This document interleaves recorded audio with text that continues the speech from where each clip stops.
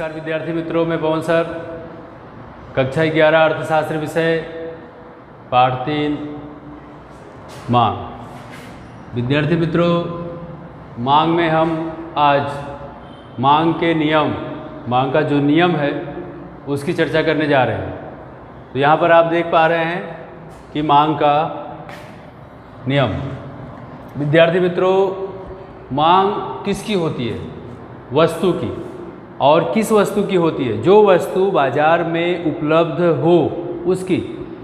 जो वस्तु बाजार में उपलब्ध नहीं है उसकी मांग नहीं होगी। ठीक है, तो इसलिए यहाँ पर देखिए आप कि वस्तु की कीमत और वस्तु की मांग के बीच संबंध स्थापित करने वाले नियम को मांग का नियम कहते हैं। वस्तु की कीमत और वस्तु की मांग मतलब कोई वस्तु है, आप मोबाइल का उदाहरण ले सकते हैं।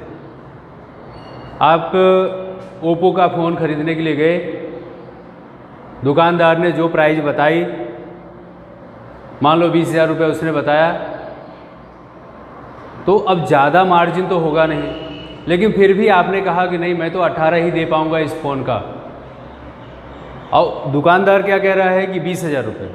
आप कह रहे हो, मतलब जो ग्राहक है वो कह रहा है 18,000 रुपये। तो दोनों में एक समझौता होता है कि 19,000 रुपये।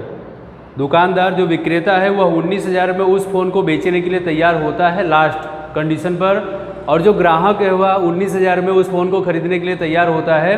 अब ये 19,000 जो ओप्पो फ़ोन की प्राइस नक्की हुई, यहाँ पर क्रेता और विक्रेता दोनों सहमत हुए एक दूसरे के साथ उस वस्तु का, किस वस्तु का? जो वस्तु बाजार में उपलब्ध है उसे खरीदने के लिए। तो इनके बीच जो संबंध हुआ, जो लेन देन, चर्चा, विचारणा, बातें हुई, उस संबंध को क्या कहते हैं? मांग का नियम कहते हैं। ठीक है, जिसमें वस्तु की कीमत, देखो, जिसमें वस्तु की कीमत में होने वाला परिवर्तन क्या है? कारण है। जो भी आपने वस्तु पसंद किया उसमें जो कीमत में परिवर्तन देखने को मिला, 20,000 से 19,000 हुआ, ये कारण हुआ। क्या कारण हुआ? आपको खरीदना है, उसको बेचना है, ये कारण हुआ। अब क्या कह रहा है कि वस्तु की मांग में होने वाला परिवर्तन उसका क्या करता है? असर दर्शाता है। अगर उस फ़ोन की विक्रय अधिक हो और उसको लाभ ना मिल रहा हो तो बेचेगा नहीं, क्योंकि बिना मुनाफे के कोई भी विक्रेता अपनी वस्तु ग्राहक को बेचने के लिए तैयार नहीं होगा जब तक उसे लाभ नहीं होगा। यहाँ पर एक असर उत्पन्न होती है कि मांग क्या है, कैसी मांग है, और हर दुकानदार वही वस्तु बेचना पसंद करता है कि जिस वस्तु का विक्रय पर उसे ज़्यादा से ज़्यादा लाभ मिले। प्रोफेसर अल्फ्रेड मार्शल के मतानुसार यहाँ पर एक मांग के नियम की परिभाषा दी गई है कि यदि अन्य परिबल स्थिर हो, अन्य परिबल जो भी बाजार में मांग, पूर्ति, ग्राहक, जनसंख्या, वस्तु की कीमत, स्थानापन्न वस्तु, पूरक वस्तु, ये सारे अन्य परिबल जो हम मांग को असर करने वाले परिबल में पढ़ चुके हैं, उनकी बात हो रही है। यदि अन्य परिबल स्थिर हो और वस्तु की कीमत घटे, क्या हो? वस्तु की कीमत घटे, तो मांग में क्या होगा? विस्तार। कैसे होगा? कि इस तरह से, यहाँ पर क्या आएगा?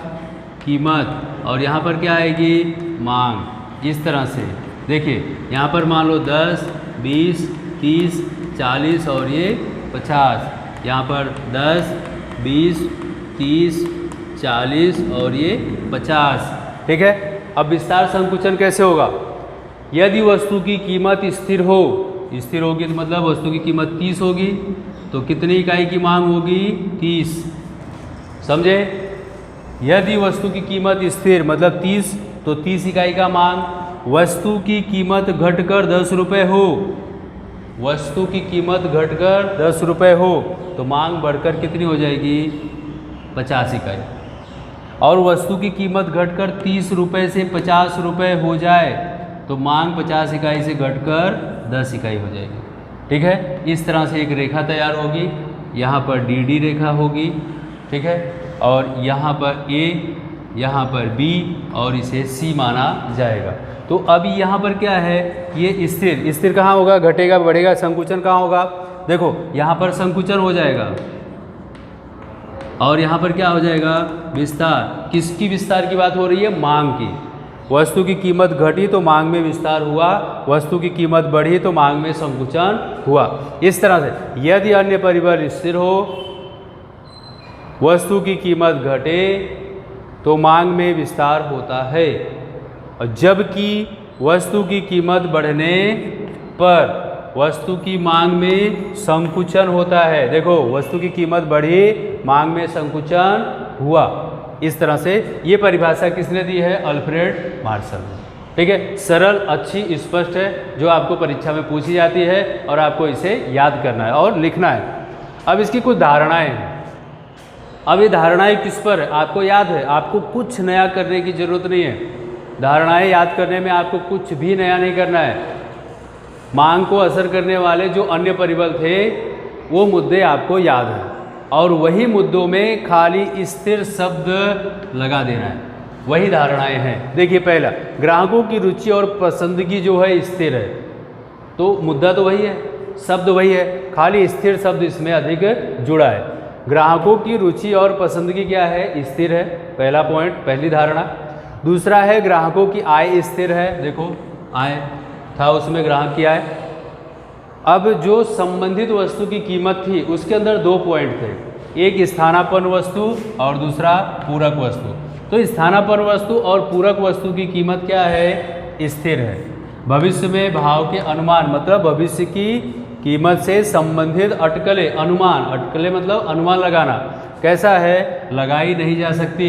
क्यों, भविष्य में भाव बढ़ सकता है अथवा घट सकता है, कुछ भी हो सकता है, इसलिए आज उसका अनुमान लगाना थोड़ा कठिन है। लास्ट है जनसंख्या का प्रमाण क्या है, स्थिर है।